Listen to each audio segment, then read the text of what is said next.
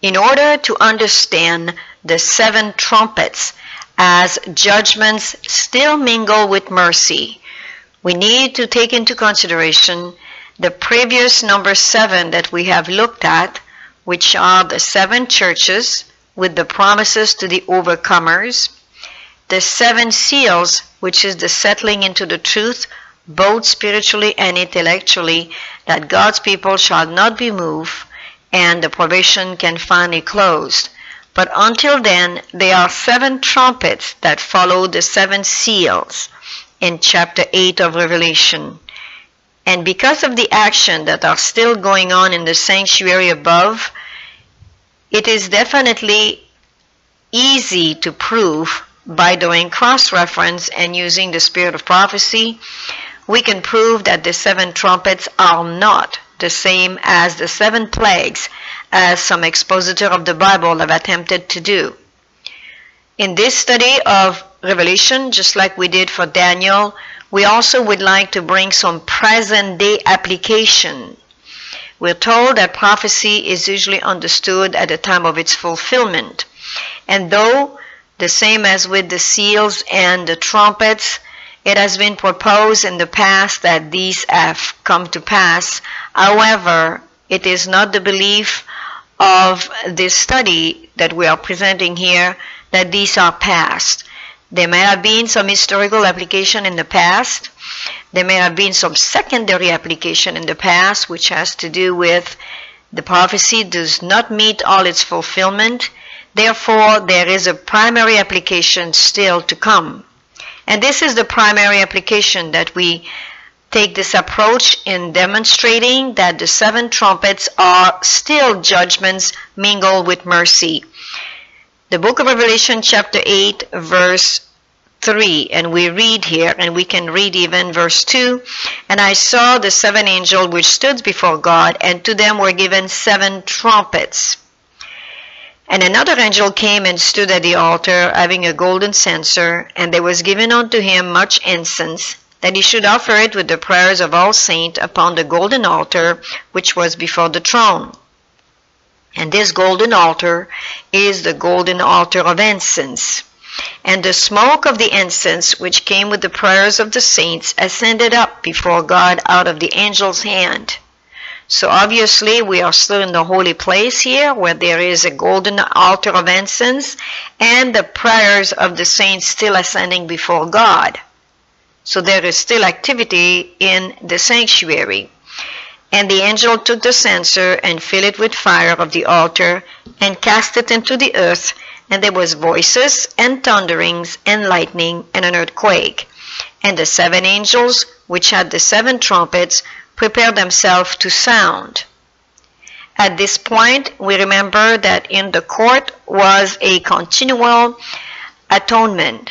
In the holy place was the perpetual intercession. And finally, when Christ entered into the most holy place in 1844, under the prophecy of Daniel 8:14 and 9:24-27, this has started the final intercession and the final atonement. Therefore, in chapter 8, with the trumpet, we want to propose that the sanctuary in heaven is still open. There is still some activity in the sanctuary. It is not closed yet. Probation has not closed yet. And as we continue to study cross-referencing, I'd like to bring you to Isaiah 26 verse 9.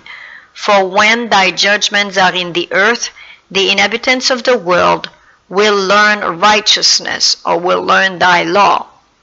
And these judgments are still mingled with mercy. When we read in Exodus 19 verse 18-20, it says here, "And Mount Sinai was altogether on a smoke, because the Lord descended upon it in fire, and the smoke thereof ascended as the smoke of a furnace, and the whole mount quaked greatly. And when the voice of the trumpet sounded long, and waxed louder and louder, Moses spake, and God answered him by a voice." And the Lord came down upon Mount Sinai on the top of the mount, and the Lord called Moses up to the top of the mount, and Moses went up. We read in the Spirit of Prophecy that when God gave the law, he did not summon the nation to exalt him with worldly pomp and grandeur. He commanded attention by the trumpets and thunders of Sinai. So therefore, those trumpets and thunders which are coming along with the seventh trumpet, as we see in verse 5, this is what will bring upon the earth now a series of judgments. Already his judgments are beginning to fall on some places, and soon his signal displeasure will be felt in other places. Now, the book of Revelation chapter 8 also called the trumpet woe. And according to the definition of the dictionary of 1828, the woes are conditions of deep suffering from misfortune, affliction, torturing grief, ruinous trouble, calamity, affliction, economic woes, agony, anguish, excruciation, hurt, misery, pain, rack, straits, torment, torture, travail, tribulation, distress, sorrow, anguish, regret, distress of mind. We would like to propose at this point that those seven trumpets are seven woe, which basically use the words of Matthew chapter 24, which Christ actually mentions with the sorrows and the woman in travail. And then, of course, in chapter 25, which is followed with the 10 virgins. And this is what the people of God will go through in order to be purified and in order to make ready for them to vindicate his character when the plague shall start to fall. Therefore, in this study, as we look at the trumpet one by one, and we look at present-day event, we will be probably surprised to discover that could it be that we're that close to the trumpet and the seal of God, which is including the Sunday law, which will be the test for the people of God at the time of the end.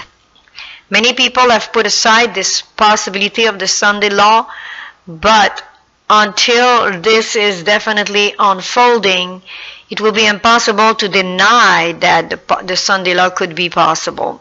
It has happened in the past, and it will happen again. I look at Revelation chapter 8, verse 7 now, and I read, "The first angel sounded, and they followed hail and fire mingled with blood, and they were cast upon the earth, and the third part of trees were burned up, and all green grass was burned up." Notice the third part of the trees was burned up. This is the first woe.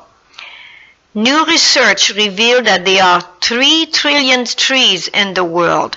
They said that the total numbers of trees in the world has dropped by 46%, which is almost half, since the beginning of human civilization, and particularly since the flood. In recent years, wildfire have burned up to 9 million acres of land in the United States alone. Right now, as we read this, Siberia is on fire. Extensive forest fires have become more and more common in the enormous regions lately as a result of a variety of different factors, all of which are tied to anthropogenic climate change. As the region continues warming, the forest fires are expected to become more and more common and extreme. Those forests are burning at a rate unheard of, in at least due largely to rising temperature. They contain vast reserves of carbon stored in trees and soil, and when they burn, they send that carbon into the atmosphere. that creates a dangerous cycle of more severe wildfire and ever-rising temperatures.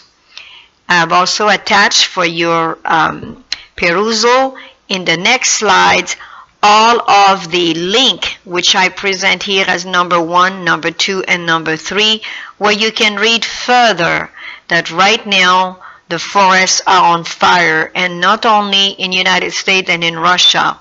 Canada, we know we have had a fire in Alberta, and we know too that the devastating fire could hardly be taken under control because some scientists have declared that the soil is so filled with oil from the extraction that it was mainly the oil that was burning. And you know, to add water to oil, what it does when it's on fire, it does not help, does it?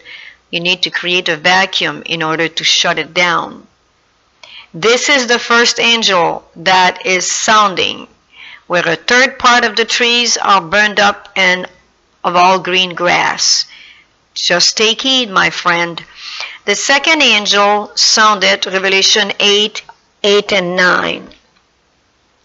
And the second angel sounded, and as it were a great mountain burning with fire was cast into the sea, and the third part of the sea became blood, and the third part of the creature which were in the sea and had life died, and the third part of the ships were destroyed.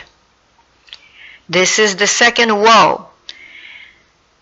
In Revelation 8 verse 8 and 9, just like in Revelation 8 verse 7, we see that a third part. Now the third part of the trees are burned up in the first trumpet, which leaves 2/3, and now a third part of the sea becomes blood, and a third part of the fishes die. We are told that the release of oil and chemicals into our coastal waterways is a major problem.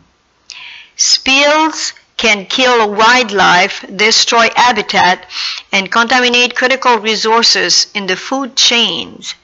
We know too that spill can also wreak havoc on the economies of coastal communities by forcing the closure of fisheries, driving away tourists, and temporarily shutting down navigate routes. And these environmental and economic damage can linger for decades. So though people try to make believe that this has always happened, and if you read further of the effect on the wildlife, not only on the fishes, but the wildlife as well, these fish and animals right now at this point are being extinguished. We're told actually it's a new report this year, 2017, where the scientists now have declared that a third of the 27,600 species of animal is gone. Surely we can take a lesson from the time of Noah, where the fishes, and we know that the animals also suffer greatly during the flood, and we know that only a few of the animals could be preserved in the ark. Of course, the species were preserved, but not all of the animals were preserved. Many of them died. Many of them were destroyed. And though the fishes, of course, habitate the waters, I am sure there was a great change of habitat for them too, in adaptation. As it was in the time of Noah, even nature is giving a sign.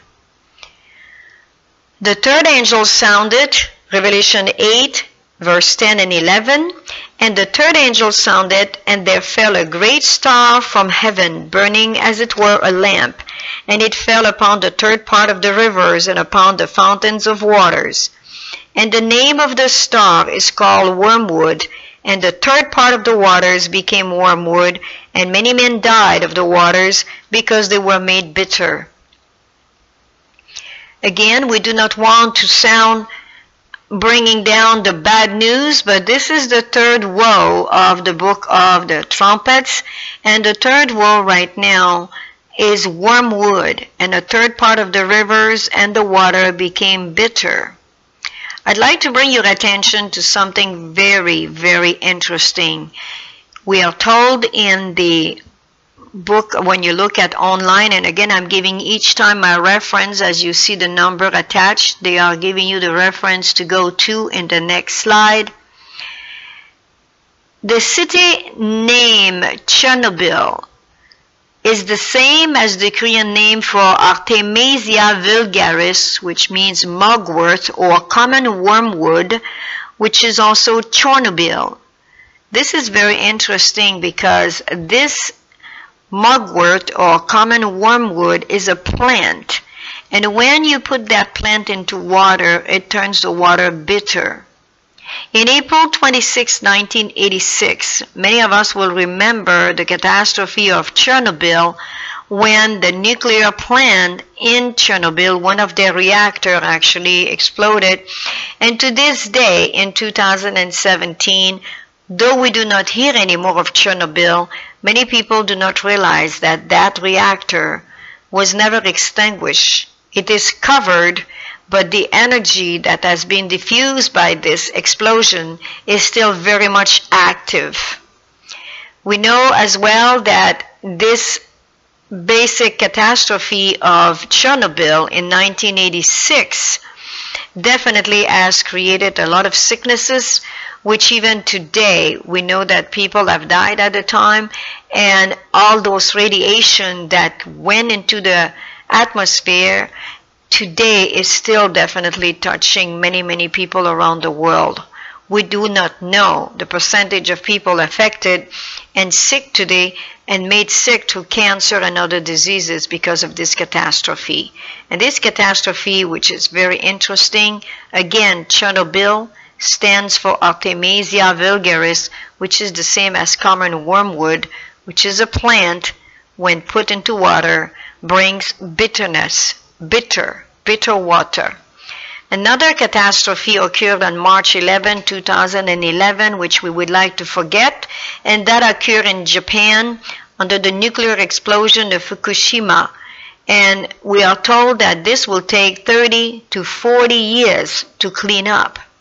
So when people think that this has been resolved, I have some news for you. That has not been resolved, and the scientists are at bay trying to figure out how to stop again this reactor that also exploded when there was this earthquake.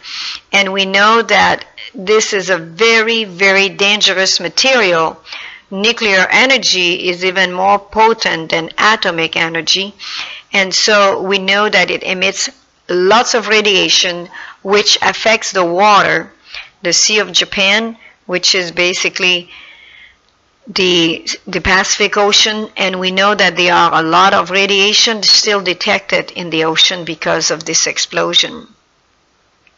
Another catastrophe, for those of us who know Russia and know Lake Baikal, I had an opportunity to go to Russia as a missionary, and I have been to Lake Baikal in Siberia, and this is a very sad news to me.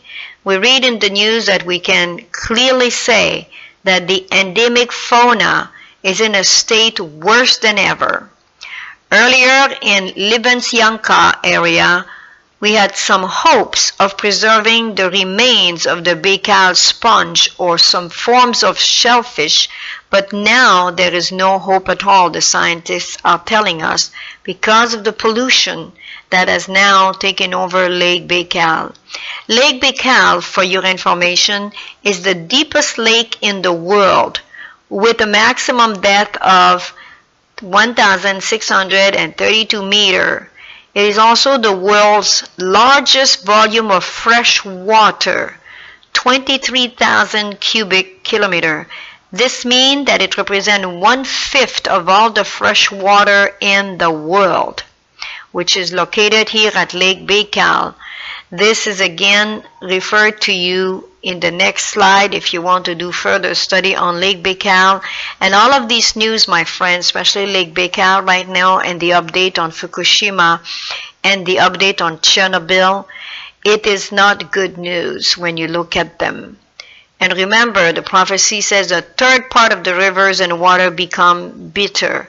And here we have 1/5 of the fresh water in the world now, which is being tarnished because of pollution, because of that particular a sponge or some form of shellfish. There is a type of sponge in Lake Baikal which assure basically the purity of the water, but now it's being tarnished as well.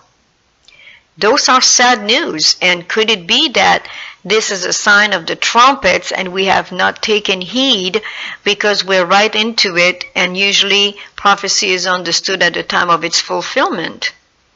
But these are not usual as always. This has never happened before, especially the third part of the 27,600 species of animals that is gone, and now the wormwood, the nuclear energy, the explosion, and Baikal who is affected. We do not necessarily have to question very long to find out that these are definitely woes to this earth. As I read now, Revelation 8 verse 12 and 13, the fourth trumpet, and the fourth angel sounded, and the third part of the sun was smitten, a third part of the moon, third part of the stars, so as the third part of them were darkened, and the day shone not for a third part of it, and the night likewise.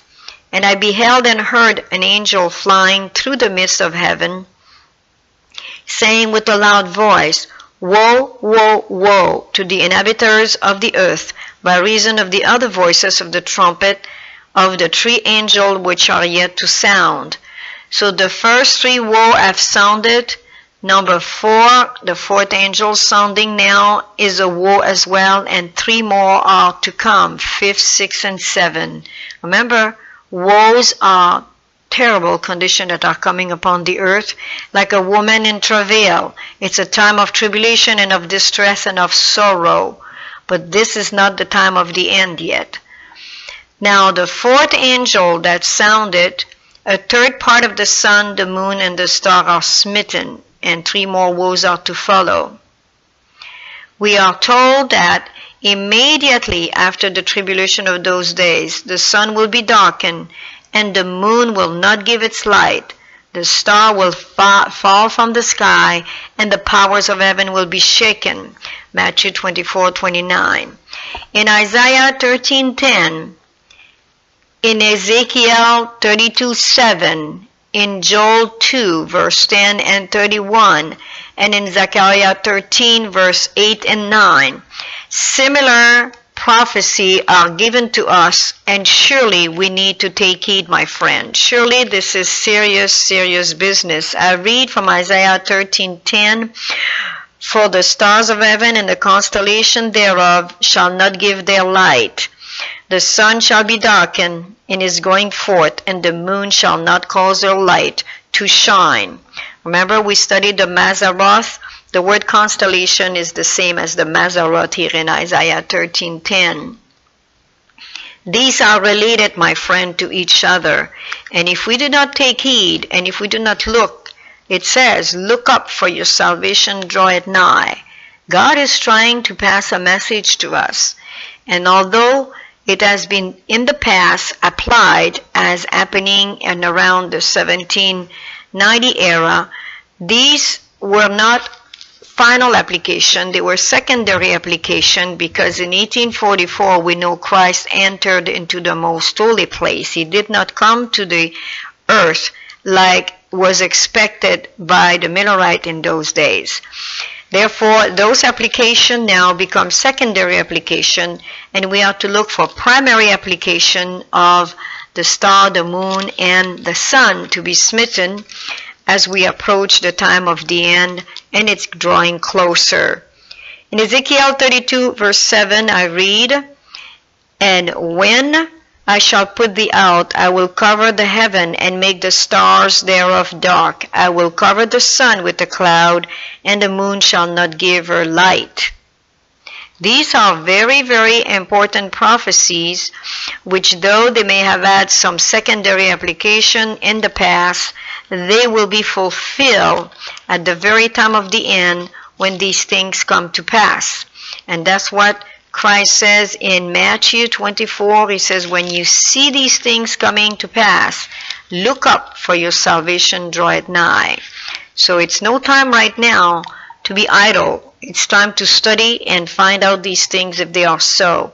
I read in Joel chapter 2 verse 10 and 31. The earth shall shake before them, the heaven shall tremble, the sun and the moon shall be dark, and the stars shall withdraw their shining.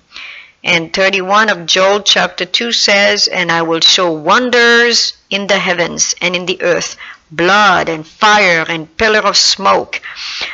I'll read verse 31 now. The sun shall be turned into darkness and the moon into blood before the great and terrible day of the Lord come. And this, if you read carefully, you will see some connection. There are connection with the thunders and the sign in the heaven, which we have seen as being the 7 thunders, and telling us that these things will come to pass. We know the 6th seal also announced the great earthquake, and the sun becoming black, and the moon becoming as blood. And some people in the past have applied them as an application of the prophecy, but as mentioned, these are secondary application because it did not meet its fulfillment. Therefore, those prophecies are still applicable for us today, and we should take heed because of all the other happening around us. Zechariah 13 verse 8 and 9 is the last cross-reference that I offer in order to explain this particular trumpet, the number 4, and this is Zechariah 13 verse 8 and 9, which I read. And it shall come to pass that in all the land, says the Lord, 2 parts therein shall be cut off and die, but the third shall be left therein. And I will bring the third part through the fire, and will refine them as silver is refined, and I will try them as gold is tried. They shall call on my name, and I will hear them. It is my people, and they shall say, the Lord is my God. So this basically in Zechariah 13, 8, 9 tells us very clearly that there is a smiting of the good shepherd, and there is some smiting that the Lord is doing to his people. Very, very important prophecy.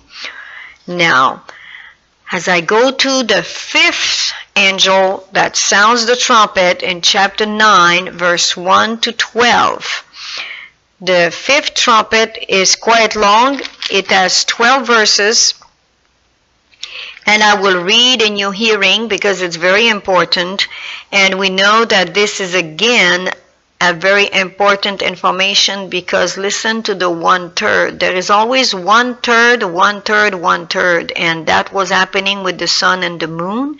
And now with the 6th angel, you will see that there is definitely, the 5th angel, there is definitely some happening that are coming, and you might be surprised of the conclusion we draw from it, but it's all in coming up.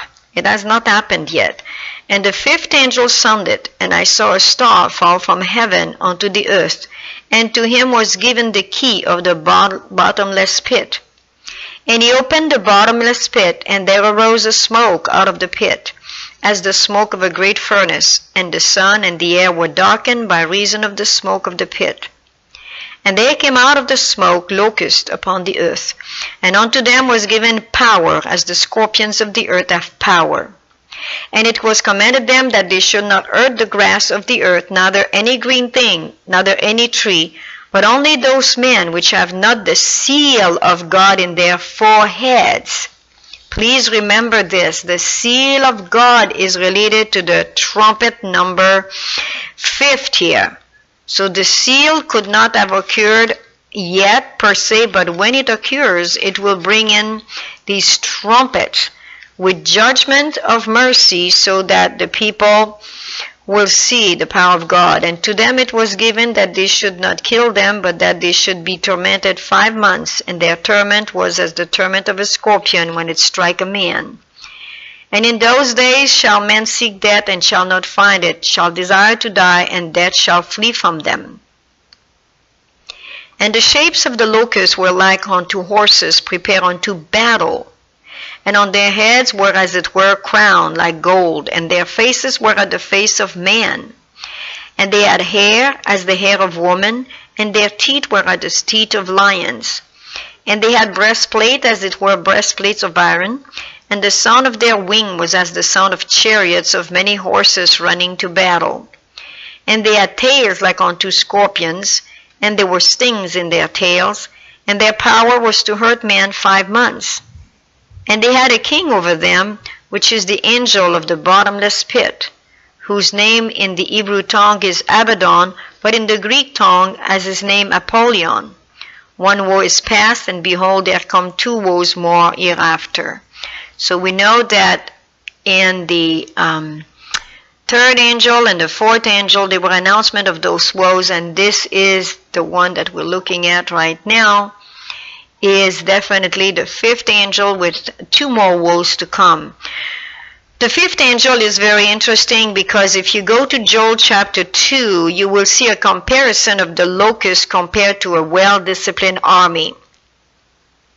And although some people might think that those locusts, which bites like scorpions, are literally bugs, when you read carefully in chapter 2 of Joel, chapter 2, verse 3 to 11 actually, it will show you basically the same language as Revelation, which I just read here in chapter 9.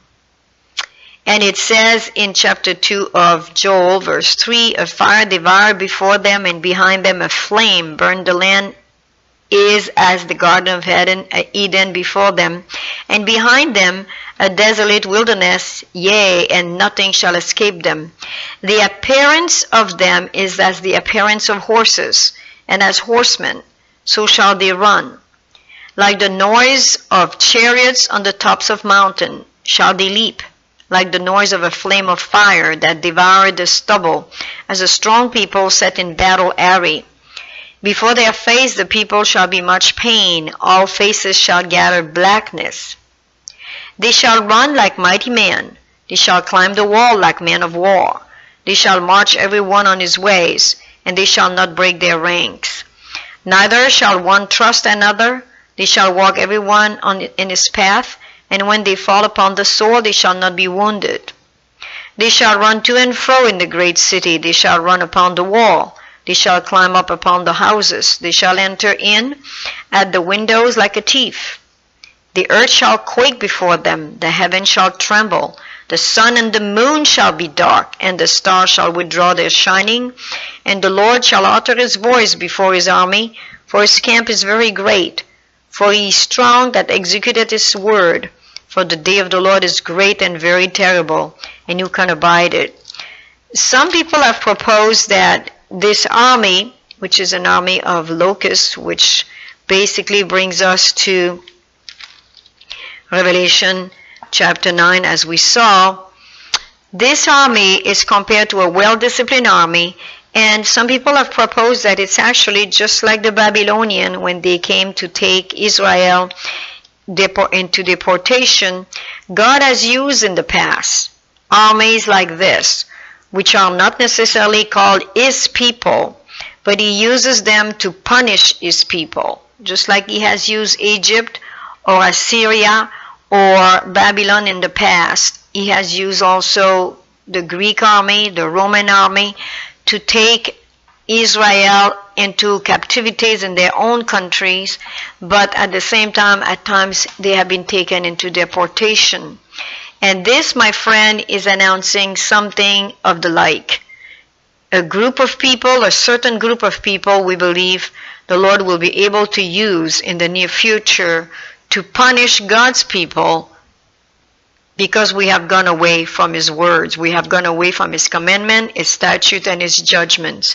And this is not unusual in the Bible for God to raise an army of people, a great army, to punish his people. And he calls it his army. And he's allowing it. So around the test of the Sunday law, for those who are sealed, we believe that there will be protection.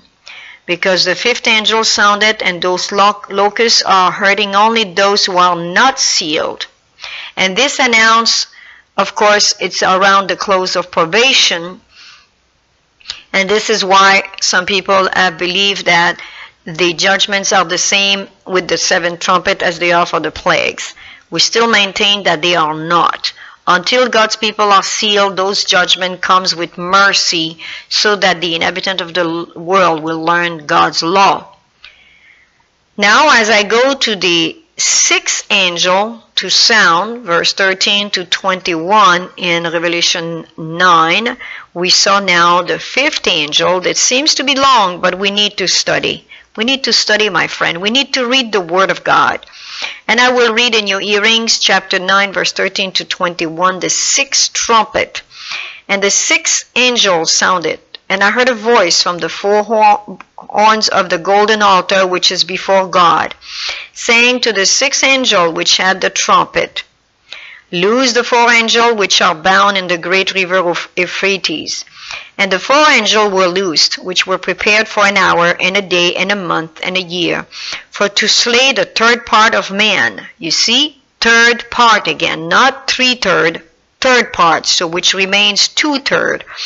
And the number of the army of the horsemen were 200,000, and I heard the number of them. 200,000, which is a kind of a binary language in the Bible.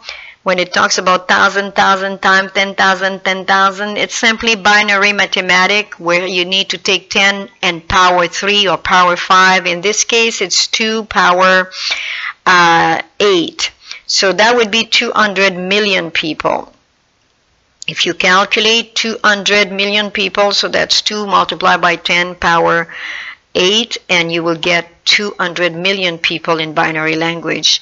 And thus I saw the horses in the vision, and them that sat on them, having breastplates of fire, and of jacinth and brimstone. And the heads of the horses were the heads of lion, and out of their mouth issued fire and smoke and brimstone. By these three was the third part of man killed by the fire, and by the smoke, and by the brimstone, which issued out of their mouths. For their power is in their mouth, and in their tails, for their tails were like unto serpents, and they had heads when with them they do hurt. And the rest of the men which were not killed by these plagues, yet repented not of the work of their hand, that they should not worship devils, and idols of gold, and silver, and brass, and stone, and of wood, which neither can see, nor hear, nor walk. Neither repented they of their murders, nor of their sorceries, nor of their fornication, nor of their theft. So that sixth trumpet that comes out of the angels in the Euphrates, the angel in the Euphrates. Where do we find the Euphrates in the Bible? And keep in mind, we're still talking about that army of Joel 2 as well. These are coming together, and they're basically describing pretty well the same. Their tail, which is like unto serpent, where into the fifth trumpet, it talks about the tail like unto scorpion, and they sting with their tail. They're very similar army. But the first time we hear about the river Euphrates is not in the book of Daniel by Babylon. It's actually in the book of Genesis chapter 2. In the book of Genesis chapter 2, we are told that there is a river that comes out of Eden, and that river becomes 4 heads. It divides and it becomes 4 heads. The first one is Pison, which compares the whole land of Havilah where there is gold. The second one is actually Gihon, which compasses the whole land of Ethiopia. The third river is Iddekel, which is towards the east of Assyria. And the fourth river is Euphrates. Now, Gihon, we know about it because that's where we talk about it in the sanctuary, where the laver was set up on that river of water that's called, it's basically a river of life. It has like a jet, like it's like a geyser, and the laver was actually set up in Jerusalem on Gihon, and that's where some of the king have been also anointed, was by Gihon. Also we have, of course, Iddekel, which we heard about when we studied Daniel. Daniel had vision by the river Ulai and Iddekel, which has to do with chapter 10, 11, and 12. If you read chapter 10, verse 4, I was by the side of the great river, which is Iddekel. Iddekel would have been around where Babylon was, which is in the region of Kuwait today, and Iraq. This is in the Middle East. And of course, Euphrates is also mentioned because that's how the Medo-Persian were able to take Babylon captive, was by simply drying out the Euphrates. So the Euphrates is in the book of Daniel as well as in the book of Revelation, which is no coincidence because the two complement each other. Those two books complement each other as we saw earlier. So here I have the sixth angel, and we have the river Euphrates again that is mentioned. And many people would like to think that this language is all spiritual, but do not forget the two poles of truth. The Bible is written from a spiritual and a physical, from a abstract and a concrete. So whenever you study the Bible, you need to study the two poles of truth. And if you don't know those two poles of truth, you better study them. I have them actually on my website in the appendix. So if you want to check www.numbers1317.org, you will find out in the appendix the study on these important studies. The two poles of truths. You can also study the your birthright, your priesthood. You need to know all this. It's very important. As we go now to the seventh angel, Revelation 11, so we have a bit of an interlude here. We leave chapter 10 for the moment and we go to Revelation 11, verse 15 to 19. And we know there that there is an important revelation because we know that the most holy place is opening up. And I read, the seventh trumpet, the triumph of God. And the seventh angel sounded, and there was great voices in heaven saying, the kingdoms of this world are become the kingdoms of our Lord and of his Christ, and he shall reign forever and ever. And the 24 elders which sat before God on their seats fell upon their faces and worshipped God, saying, we give thee thanks, O Lord God Almighty, which art and was and art to come, because you have taken to thee thy great power and had reigned. And the nations were angry, and thy wrath is come, and the time of the dead, that they should be judged, and that you should give reward unto thy servants the prophet, and to the saints, and them that fear thy name, small and great, and should destroy them which destroy the earth. And the temple of God was open in heaven, and there was seen in his temple the ark of his testament, and there were lightning, and voices, and thundering, and an earthquake, and great hail. Now keep in mind that when we started studying the seventh trumpet, we are the scene, those are heavenly scene, of course, they're visions that John sees.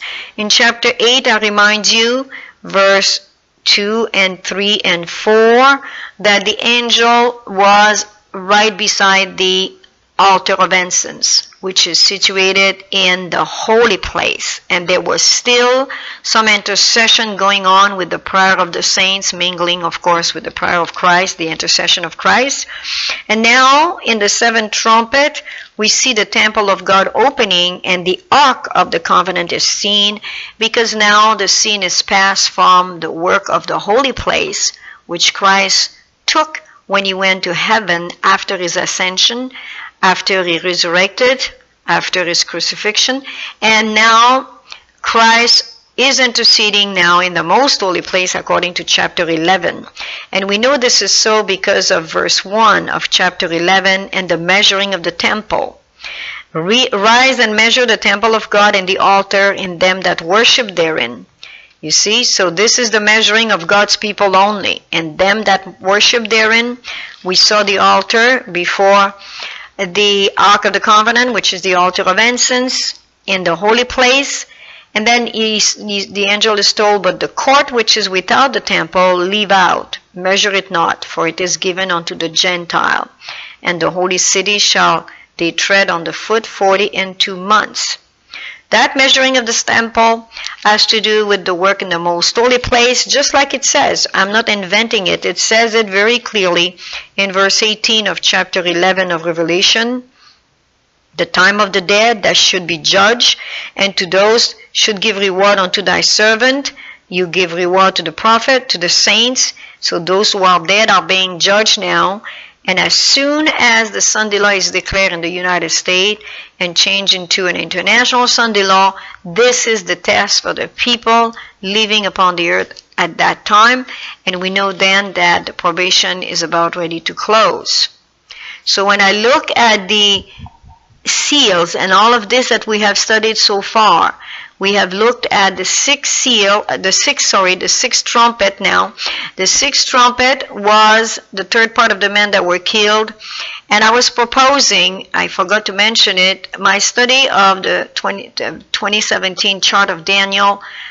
We are proposing there that it points to Islam and the Caliphate. That great army is not an army of Chinese people like people have proposed.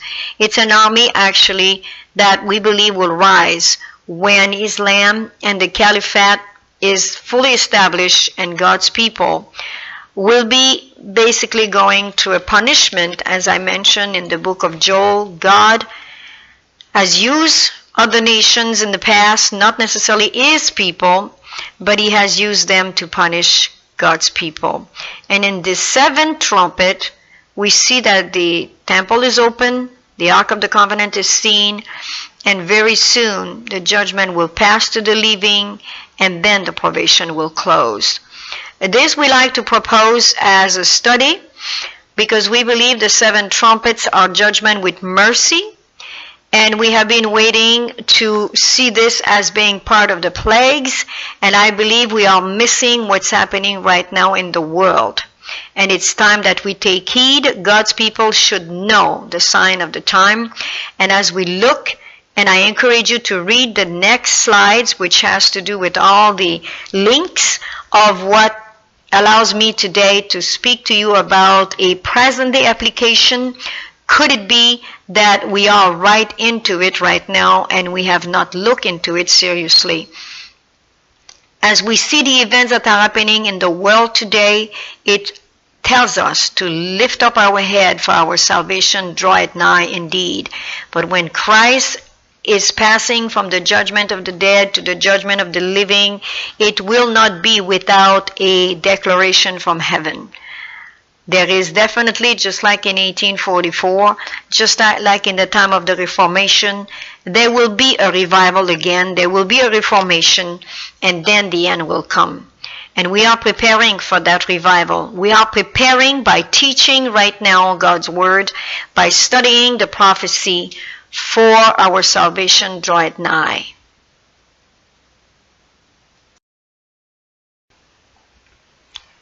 As mentioned earlier in slide 24, this is the appendix of the links where we get the information that we gave you regarding, for example, the trees that are being extinguished by fire right now, how the ocean has been affected by the spills of oil and tankers and pollution.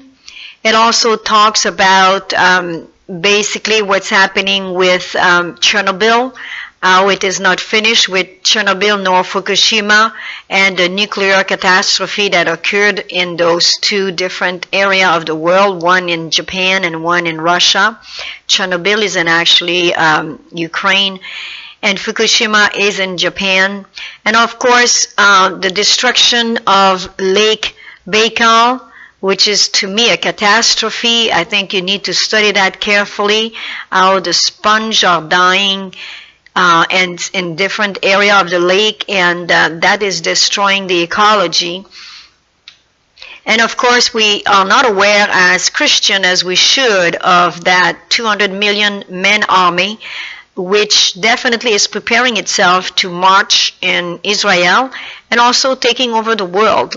History repeating itself.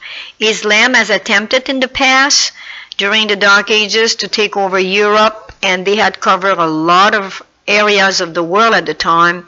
And now, just like in the army of locusts in the book of Joel, they are moving forward because God is allowing it.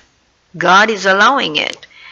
Also, I have an interesting link of the discovery of the Ark of the Covenant, and many people have not accepted that discovery.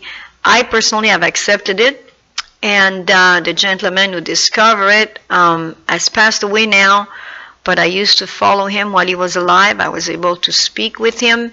And I believe he was very genuine, and though some people claim he was not really an archaeologist with his degree, I like to remind you that neither was the young shepherd who discovered the Dead Sea Scroll. He was just a shepherd, and yet God allowed him to find the Dead Sea Scroll in those caves. So you don't need a diploma and a PhD when God opens the way for you to do some discovery of the Bible. I encourage you to read and follow up with those links because they will give you an insight to how right now, not to be negative, but you can see that they're very updated links. Some are from the month of July 2017, and some are in the month of March, but they're not old links. And they are definitely showing that scientists are very concerned, and they are expressing those concerns from the forest to the fishes, to the animals that are suffering extinction because of all the catastrophe, because of all the woes that those trumpets are working on right now on the earth to give us signal of judgments sure to come.